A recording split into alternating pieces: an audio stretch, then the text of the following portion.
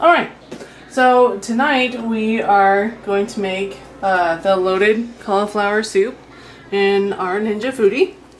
I actually tried this recipe once before, and on the recipe it says 5 strips of bacon right here, and it just says chopped. I did not realize that I needed to actually cook the bacon before I added it into the recipe, so definitely make sure you cook it before you even, start prepping anything else or even start cooking anything else for that matter. So, the first step, it says you want to actually preheat your foodie, and you actually want to do your sear and saute function. And I believe, let me just double check. Yes, we want it on the high setting, so, and then I'm going to hit the start and stop button. And I'm going to let it preheat for 5 minutes, and then we'll start adding all the good stuff in there. Alright, now that our Ninja Foodi is preheated, after 5 minutes, you get to add in all this good stuff here, which is basically just a whole onion and 3 cloves of garlic. I'm going to try to do this without spilling everything. I'm going to make a mess, but... And the recipe, you don't have to do like any oil or anything like that, which is kind of weird. But I think it's just because you're going to add in the pre-chopped bacon as well. And I'm just going to add in the garlic with my fingers.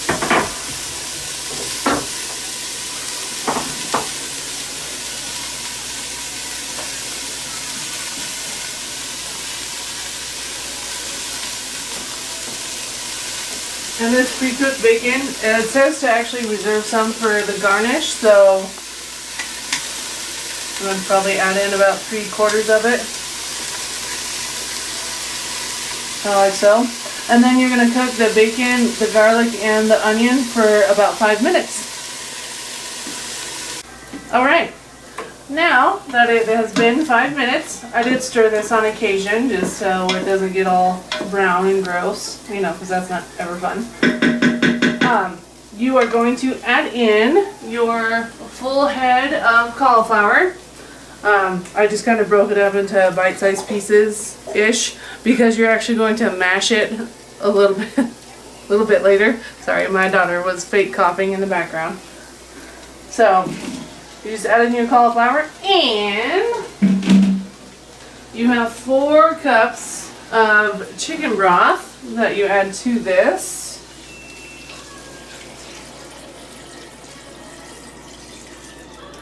And I'm going to give it a quick stir, because then I'm going to assemble the pressure cooking lid, and we're actually going to be pressure cooking this for a little bit of time, so that's a good enough stir there.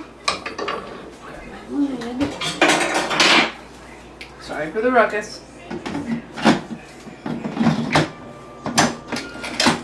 Okay, the lid is on. Let me just double check the recipe here and make sure. Alright, I'm going to make sure the pressure cooker is in the seal position instead of the vent, because we're going to actually do some pressure cooking here. And then I'm going to click the pressure, and I have to read the recipe again. My apologies here. Okay. And we're going to set the pressure to high, and we're going to set the time for 10 minutes. So set that for high, and then we're going to do 10 minutes. And it's going to do its thing, and we'll be back as soon as it's done.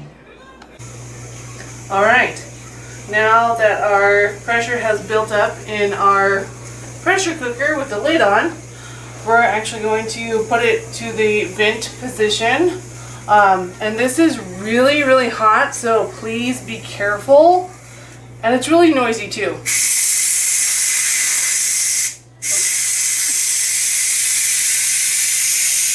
It might take a while. It kind of depends.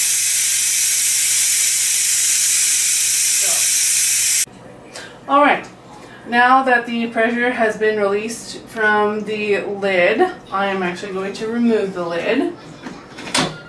And again, very hot, so just be careful when you're removing the lid. Set this guy over here.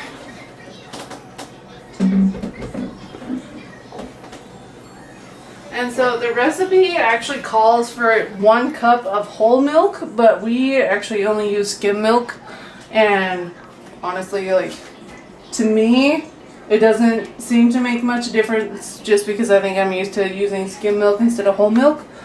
But you'll pour your 1 cup of milk in there, and then also it calls for 1 teaspoon of salt and 1 teaspoon of pepper. But I know that we like a lot of pepper in this house, so I'm probably going to do a little bit more.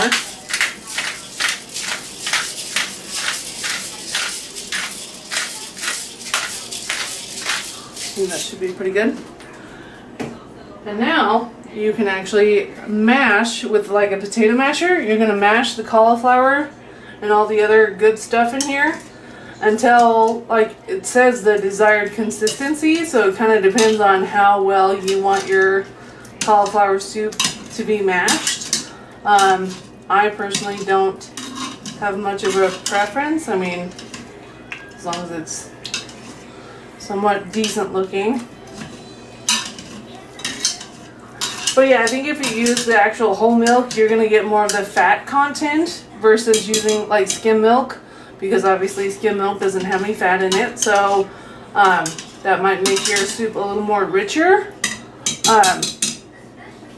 But that's just because I do a little bit of food research. So, alright, now that we've mashed the cauliflower to the right consistency, I'm going to add in the 1.5 cups. Okay, so it's not exactly accurate, but pretty darn close to 1.5 cups of shredded cheese. It says you're supposed to try to layer it on top because you're actually going to air crisp once you have this all in here.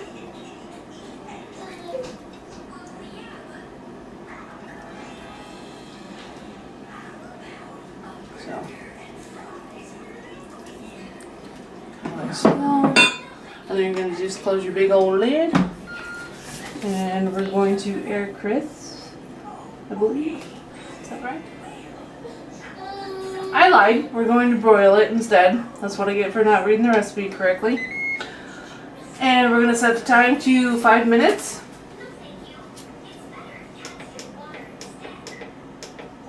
And we're going to start it. And in 5 minutes, this should be done and ready to go. Alright, so actually the Ninja Foodi, I love this part of it. Once it is either broiling or air crisping, it actually shuts itself completely off when it's done. And it does its little ding and everything.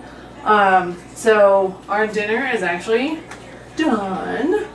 And this is what the loaded cauliflower soup looks like. Obviously, you can serve it with sour cream and chives, pretty much whatever you want as a topping. But yeah, that is the whole entire recipe all done.